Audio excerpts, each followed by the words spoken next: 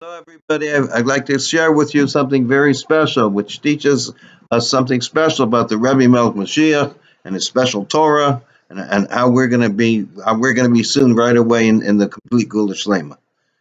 So, we're right now we were learning Parshas Bashalach, and the Parshas Bashalach is talking about when Hashem took us out from Egypt and we went to the Red Sea. And then it talks about later, after we saw all the Egyptians dead in the Red Sea, we went on and we ran out of food. And so God sent us special food. It's called the food from heaven. It's called the man, or manna in English. And this manna, this food, God's special food, used to come down, and explains in the Torah how it would come down, and there would be the dew on the earth a little bit, and then on top of it would come this. Then on top of that would come this, like it's like a frost like thing, like, I guess, like a flower of some sort. And on top of that would be some more dew from a Shemayim, and it would come down, and then it would go. Then when the morning came up, stuff would what the stuff on top would go back up, and the Jews went. They collected this, and this what they made, what they made to eat with, and it was very special. It's something straight from Shemayim. It had straight from heaven, and it had no nothing. They ate it, and it was totally absorbed in their system. It was totally pure. Now, one of the big miracles, besides everything else, but one of the miracles of this is that when you ate it, it had the taste of every food in the world in it. You could taste it, I'm sure, of it, just kosher food. So you could taste every kosher food in the world on it. And so the question comes up. So this is the idea that when you would eat it, you'd be able to taste the hamburgers, steaks. I don't know if you could eat Malchus at the same time with them on. Maybe it's Shemaim. You could also make Malchus at the same time, dairy. But it was so special. Can you imagine everything you ever ate in your life? You'd pick up this food and you could taste all of that and all the different delights. So I once read in a sefer by one of the Biali Hasidim, Biali Rebbe's. He asked a question. The Midbar, when the Jews were in the desert, when they left Egypt, they were all multi-millionaires or billionaires. They're all super rich. They left Egypt. It was unbelievable how much money every Jew had.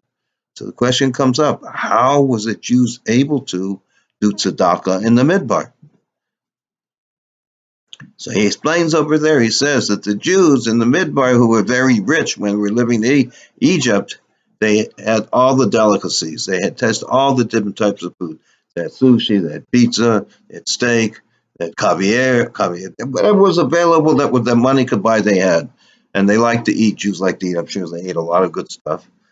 But the Jews who were poor in Mitzrayim, they ate simple food, grains, vegetables, whatever, very, very simple food.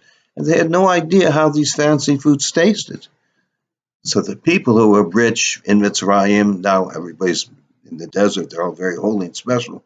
They had the special knowledge in their mind that they were able to impart upon the Jews who were poor in Mitzrayim, that they were able to impart upon them to such a level. This is the miracle, that the poor person who never tasted all these delicacies was able to eat them on and taste these delicacies. That's very amazing. They were able to explain it in a way that it really affected their soul and their body, and they could see the greatness of God's creation. God's create the bread from heaven. So what does that? How do we relate? How do we take a teaching today now from that? So I was really thinking, and I'm studying a lot about the Rebbe Sichos, and the Rebbe Melch Mashiach. He explains about that Mashiach's here and how we're in especially the highest level ever since the world created. And he explains all of this. It's like we're in a situation. The Rebbe is saying it's like manna, that we're getting so much sustenance from above, and that's so special, and the time is so special. Not only does the Rebbe tell us that all the Jews that had manna, they knew it was special, but the Rebbe tells us how to view it. The Rebbe explains to us how to view these times. And the more we learn the Rebbe's Chassidus, especially the last year, and we really study it and learn it deeply, the more we can see in our daily life, and we can see around us how the Geula, the redemption, is unfolding in front of our own eyes, and how we're in the times of Mashiach. In a simple way, I see this a lot when I go to shul. I just look at the Jews, and so many Jews I see, they're just there just to serve God. They don't come from a religious background. They don't know how. Some don't know how to read Hebrew. Some barely know how to read Hebrew. They don't have a lot of knowledge in all different things. That they know one thing: they're there to serve God. This is a very. This is the essential thing, and is serving God is the most important thing. And these people 20 years ago had no idea about God and no idea about serving God. Some people 5 years ago, some people 3 years ago. So this is one of the things by myself that I see the redemption unfolding, because you see it's more and more. And when I talk with people, I see that people are very high spiritual level.